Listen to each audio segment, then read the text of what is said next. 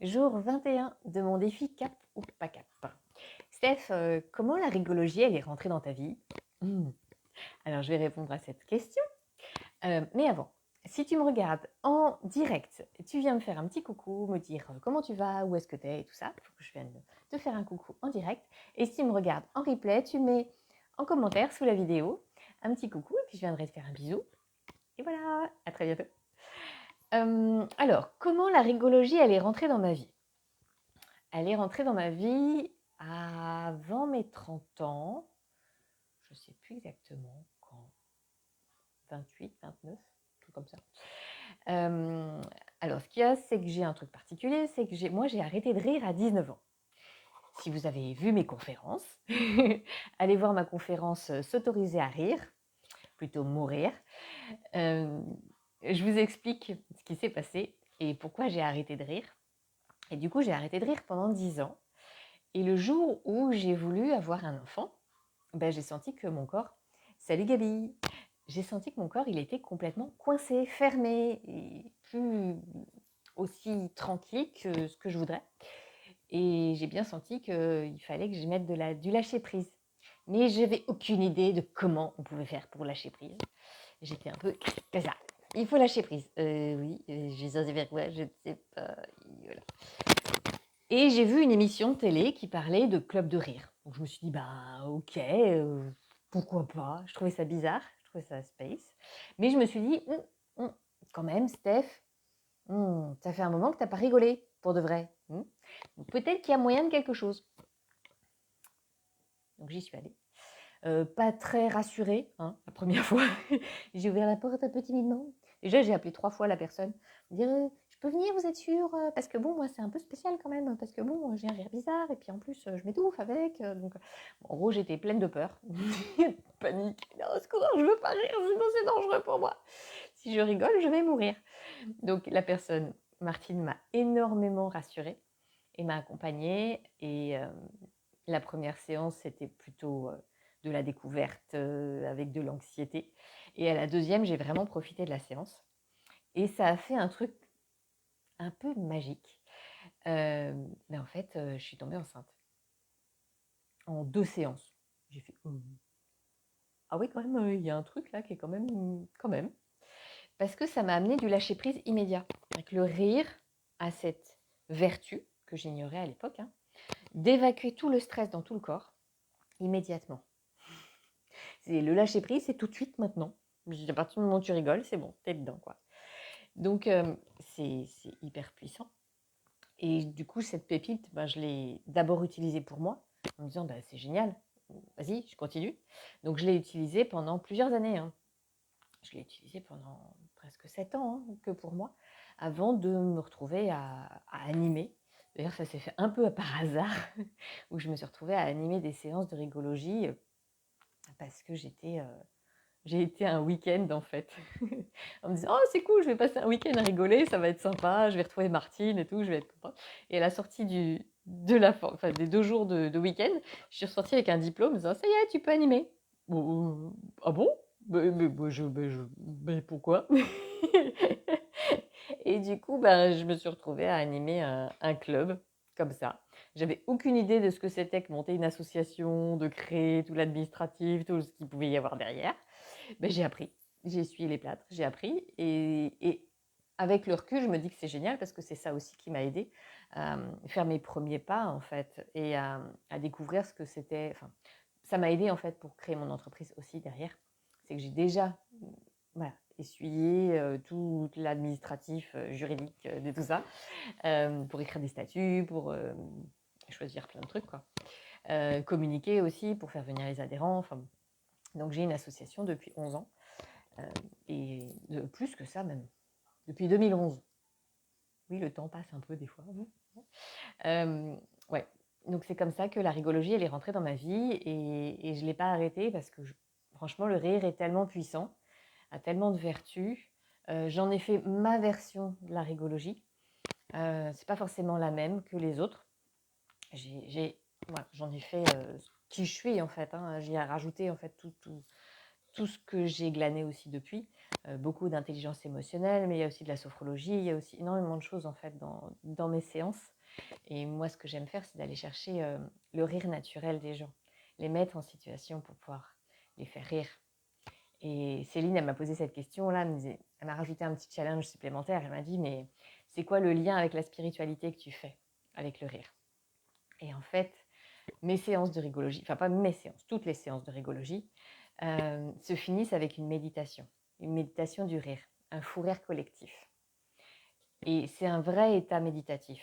Moi, je pratique la méditation depuis 30 ans maintenant. J'ai passé 10 ans dans une sangha tibétaine.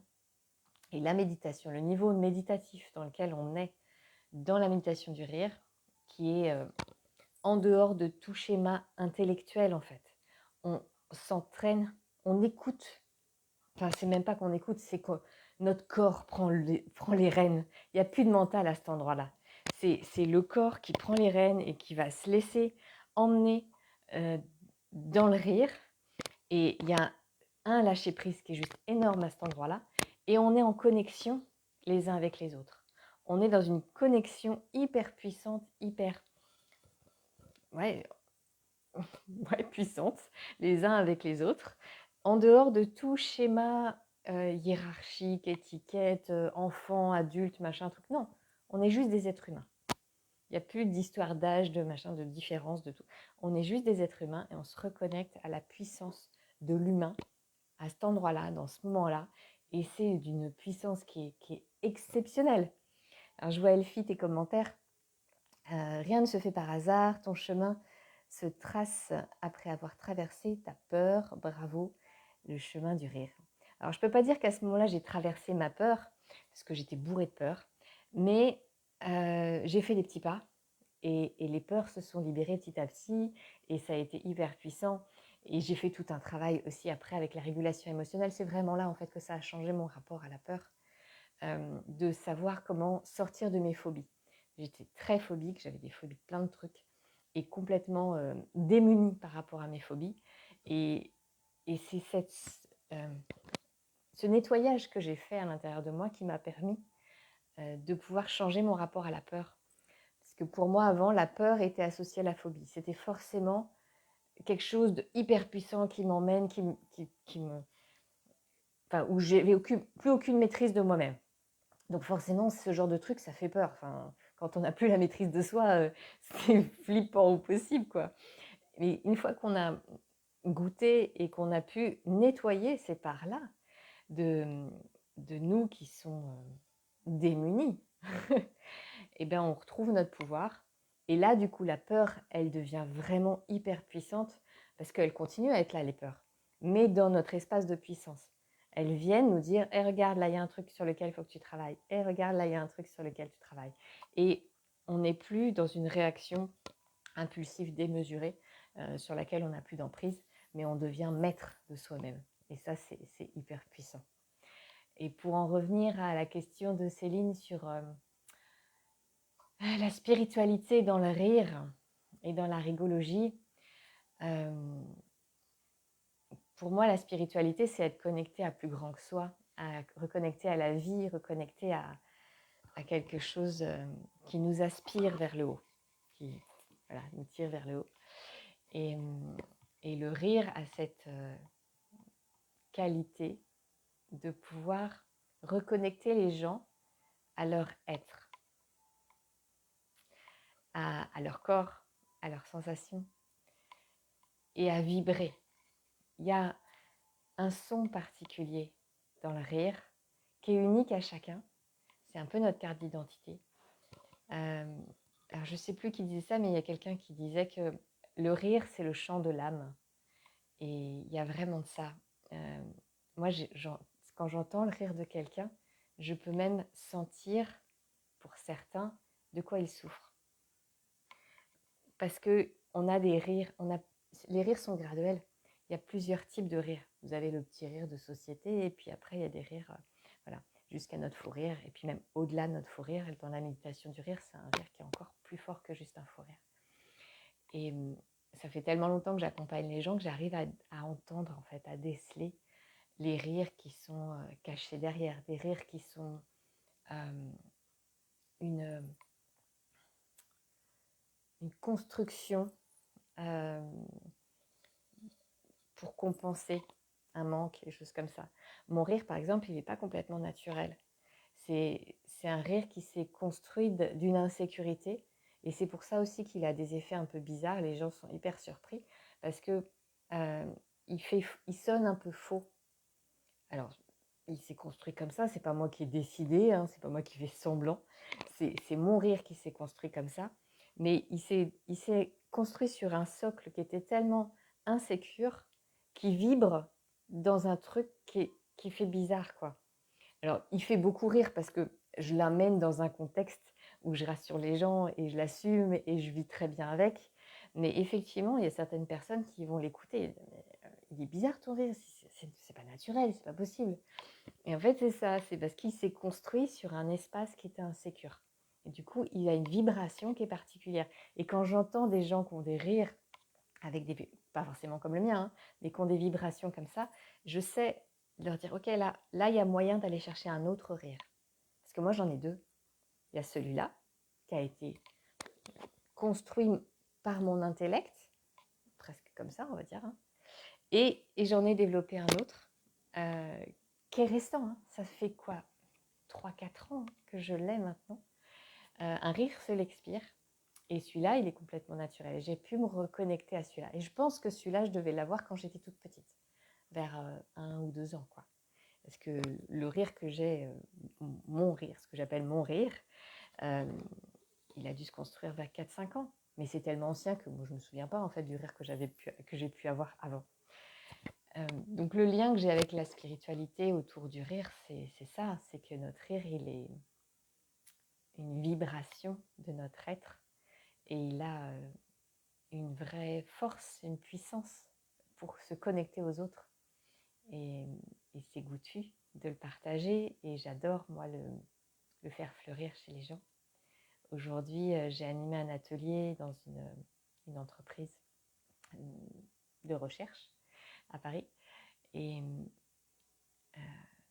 c'était enfin, j'adore moi faire ça, d'aller chercher le rire des gens naturel. Ça crée un état qui n'est pas du tout le même. Et derrière, on a pu parler des peurs. Donc, on a fait 45 minutes de rire, enfin de jeu, pour amener cette dynamique de rire, pour laisser de l'espace à de la confiance, à de la sécurité, à de l'écoute, à de la connexion à soi, à de la détente corporelle et intellectuelle. Et ensuite, on a pu vraiment parler des émotions avec beaucoup de profondeur, beaucoup de lucidité et les gens sont repartis avec une puissance en eux. Ils ont pu goûter à quelque chose qui était puissant à l'intérieur d'eux et ça j'adore quoi. C'est vraiment mon kiff de faire ce métier-là et de transmettre ce genre de choses et je me sens utile et à ma place quand je fais ça. Donc c'est vraiment chouette. Demain je retourne à Blois pour encore faire rire le conseil départemental et ça va être sympa. Et vendredi, je suis à Caen. Donc, je voyage pas mal là en ce moment. Hein. C'est des petits sauts parce que c'est pas très long. Il y a 2 heures de train à chaque fois, mais voilà, je me balade un peu. Bon, allez, je vous dis à demain. Ah, Elfie, qu'est-ce que tu me dis à plusieurs, c'est chouette, bien sûr. Rire à plusieurs, ça fait du bien. Comme tes paroles qui sont connectées. Merci, ma belle. Merci pour ta bienveillance et ton respect.